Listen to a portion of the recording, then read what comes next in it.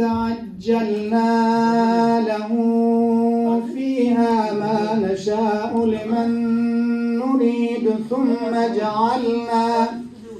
ثم جعلنا له جهنم يصلاها مذموما مدحورا ومن أراد الآخرة وسعى لها سعيها وهو مؤمن فأولئك كان سعيهم مشكورا كلا نمد هؤلاء من عطاء ربك وما كان عطاء ربك محظورا انظر كيف فضلنا بعضهم على بعض وللآخرة أكبر درجات وأكبر تفضيلا لا تجعل مع الله إلها آخر فتقعد مذموما مخذولا وقضى ربك ألا تعبدوا إلا إياه وبالوالدين إحسانا إما يبلغنك عندك الكبر أحدهما أو كلاهما فلا تقل لهما أف ولا تنهرهما وقل لهما قولا كريما واخفض لهما جناح الذل من الرحمة وقل رب ارحمهما كما ربياني صغيرا ربكم أعلم بما في نفوسكم إن تكونوا صالحين فإنه كان للأوابين غفورا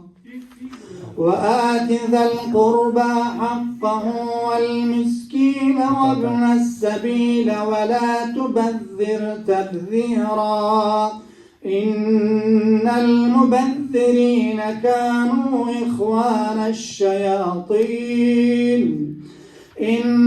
المبذرين كانوا إخوان الشياطين وكان الشيطان لربه كفورا وإما تعرضن عنهم ابتغاء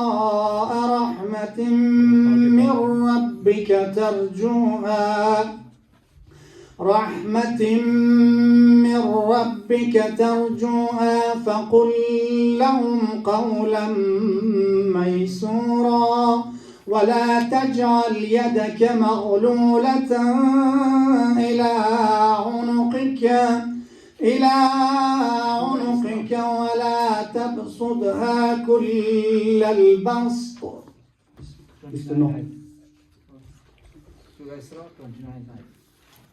ولا تبسطها كل البسط فتقعد ملوما محسورا إن ربك يبسط الرزق لمن يشاء ويقدر إنه كان بعباده خبيرا بصيرا ولا تقتلوا أولادكم كخشية إملاق نحن نرزقهم وإياكم إن قتلهم كان خطأ كبيرا ولا تقربوا الزنا إنه كان فاحشة وساء سبيلا ولا تقتلوا النفس التي حرم الله إلا بالحق ومن قتل مظلوما فقد جعلنا لوليه سلطانا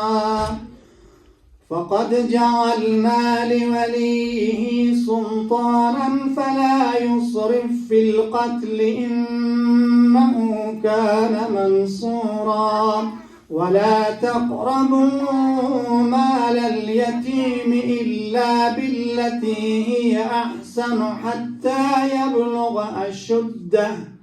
وأوفوا بالعهد إن العهد كان مسؤولا وأوفى الكيل إذا كلتم وزنوا بالقسطاس المستقيم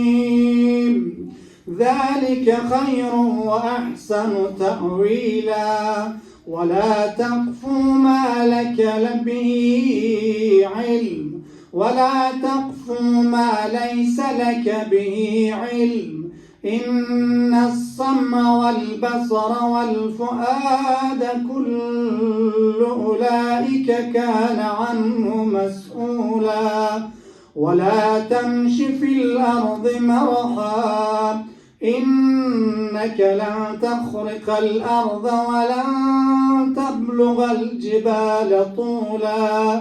كل ذلك كان سيئته عند ربك مكروها صدق الله العلي العظيم صل على محمد وآل محمد